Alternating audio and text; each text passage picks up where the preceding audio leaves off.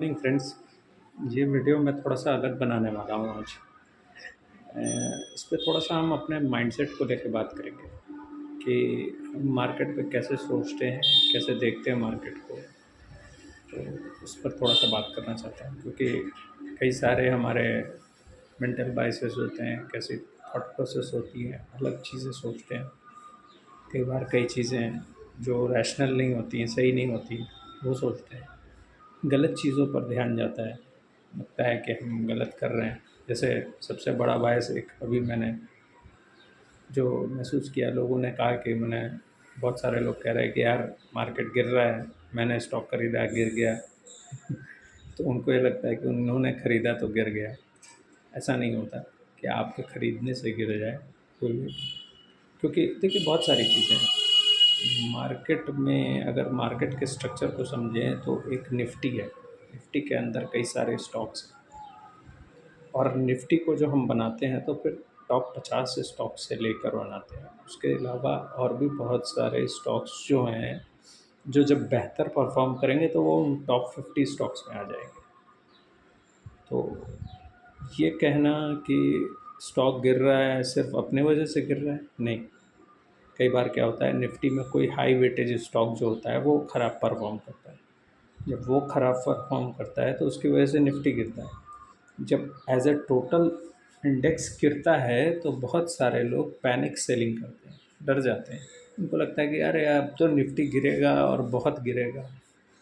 या कई लोगों की गलत पोजीशंस होती हैं, उनको काटना पड़ता है।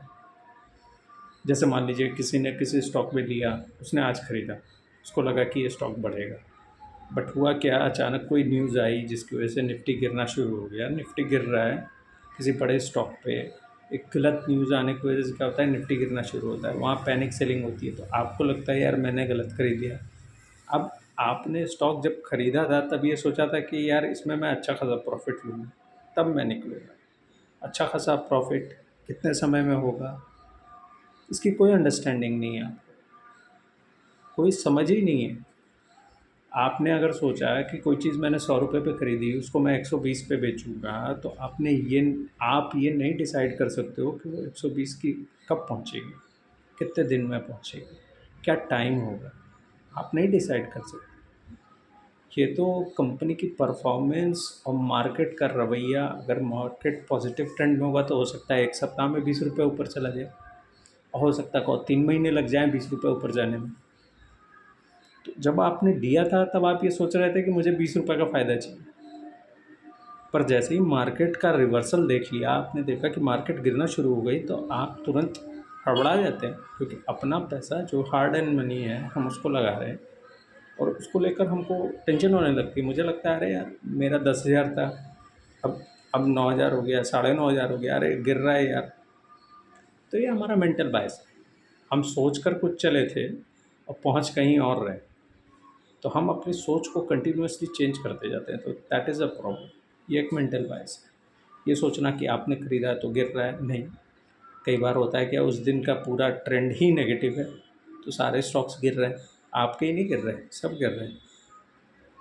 तो इसका मतलब ये नहीं है कि आपने गलत खरीदा। और ये कोई जुआ नहीं हो रहा है। कंपनियां जो अच्छा करती हैं, जो अच्छा परफॉर्म करती हैं, वो इन द टाइम फ्रेम दिखाता है, लंबे टाइम फ्रेम में। हमेशा मार्केट में लोग यही कहते हैं कि लंबे समय के लिए इन्वेस्ट करें, ज़रूर करें, पर सही स्टॉक्स में करें। अब जैसे एक मेंटल बायस ये भी है हमारा, हम ये सोचते हैं कि अच्छी कंपनी है। अच्छी कंपनी कौन सी अच्छी कंपनी है? जिसका नाम है वो अच्छी कंपनी है, ऐसा नहीं है। आपको ग्रोथ वहाँ मिलेगी जहाँ आपको सही स्टॉक पे आपका पैसा लगेगा, उस कंपनी में ग्रोथ होगी, रिज़ल्ट ओरिएंटेड देखिए, कंपनी अच्छा कर रही है, कंपनी का क्या गाइडेंस है, कंपनी कह रही है कि हम अच्छा करेंगे आगे जाकर।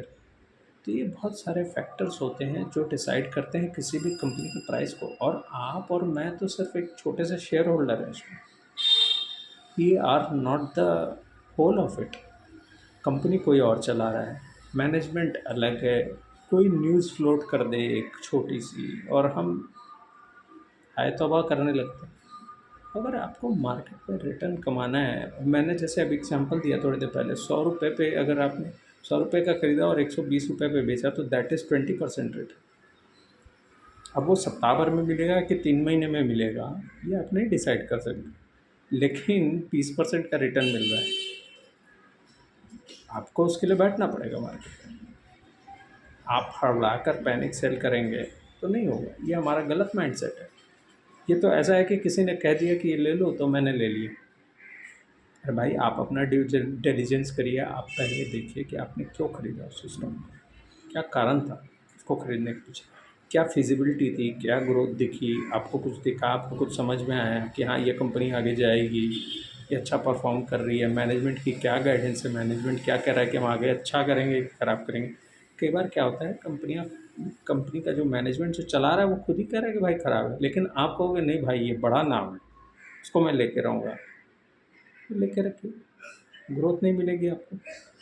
जब जैसे-जैसे पीरियड जाएगा, आपका वेटिंग पीरियड बढ़ेगा, वो अगर 20% भी रिटर्न आपने कमाने का सोचा है, तो वेटिंग पीरियड बढ़ेगा, आप लास्ट में हड़बड़ा कर बेच कर निकल जाओगे। मार्केट में जितना मेरा एक्सपीरियंस हुआ है, ऐसी सिचुएशन ला दी जाएँगी कि आप मजबूर हो जाएँगे बेचने के लिए। आप अपना शेयर बेच कर निकल जाएँगे और कोई और खरीद लेगा। It is regular sequence of buying and selling. आप बेचोगे तभी कोई खरीदेगा और कोई खरीद रहा होगा तभी आप बेचोगे। तो बहुत सारे मेंटल बाइसेस होते हैं। एक छोटा-सा वीडियो बनाया था मैंने, मन में आया कि माइंडसेट से रिलेटेड भी एक बात करी जाए, उससे रिलेटेड था। Thank you so much.